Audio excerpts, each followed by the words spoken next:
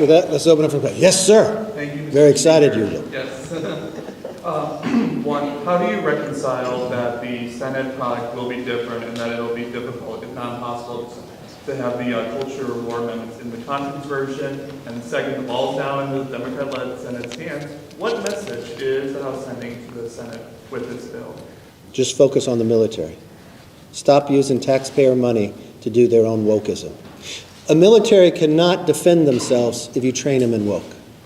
We don't want Disneyland to train our military. We want our men and women in the military to have every defense possible, and that's what our bill does. The money focuses directly on their quality of life and, more importantly, on the investment. When you sit and look, and the whole concept of where I came up with the Select Committee on China was walking the graves of Normandy. As I walked those graves, I looked at those names. They're all about the same age. They came from different faiths, from a Star of David to crosses. They all died at the same time. And I thought as a policymaker, because I walked right next to then at the time Speaker Pelosi, and I wondered, what could those policymakers have done that that day would have never happened? First and foremost, you put your politics aside and you focus on the military so war never becomes. That's what we did today in the NDAA. What the Democrats did was put their politics before the men and women who serve. They said no to a pay raise. They said no to an investment that sent the wrong message to our adversaries around the world. Having a different bill in the Senate, you can ask me that on any bill that comes out of the floor. And you know what?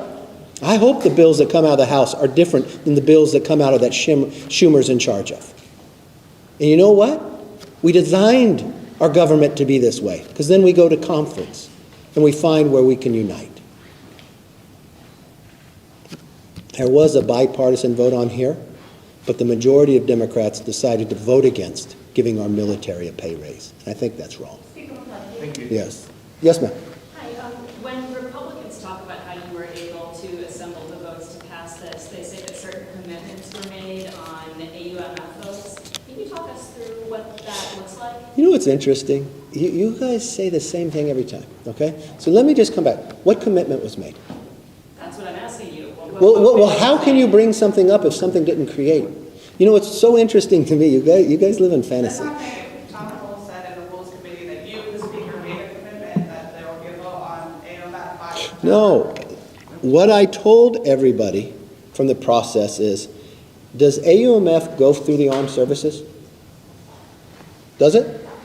Okay, it doesn't have the jurisdiction. Do any of you know what committee deals with AUMF? Foreign Affairs. Was this a Foreign Affairs bill? No. And so, Foreign Affairs is taking up AUMF. Would I want to something as serious as an AUMF vote to take 2 minutes on the floor? No. So I've made the commitment to the American public that we will go through the Committee of Jurisdiction. AUMF is working its way through Foreign Affairs. It's scheduled to come back in September, and it's something as serious as this we're not going to spend 2 minutes on. We are going to I don't know how long it's going to take to understand the Democrats no longer control this place. The establishment no longer controls Washington on the House side. We have opened this place up. Bills will go through committee. We're going to get amendments on the floor. People are going to have input. You're not going to get jammed on a bill. You're going to have time to read it. And you know what? The AUMF is going to get done, even though they haven't been able to do it for years, and we'll solve this problem exactly how it's structured to happen. It'll go through Foreign Affairs, and it'll come to us in September, and we won't have a 2-minute vote to decide whether we go to give authorization to go to war or not on something that's been lingering out there for 20 years.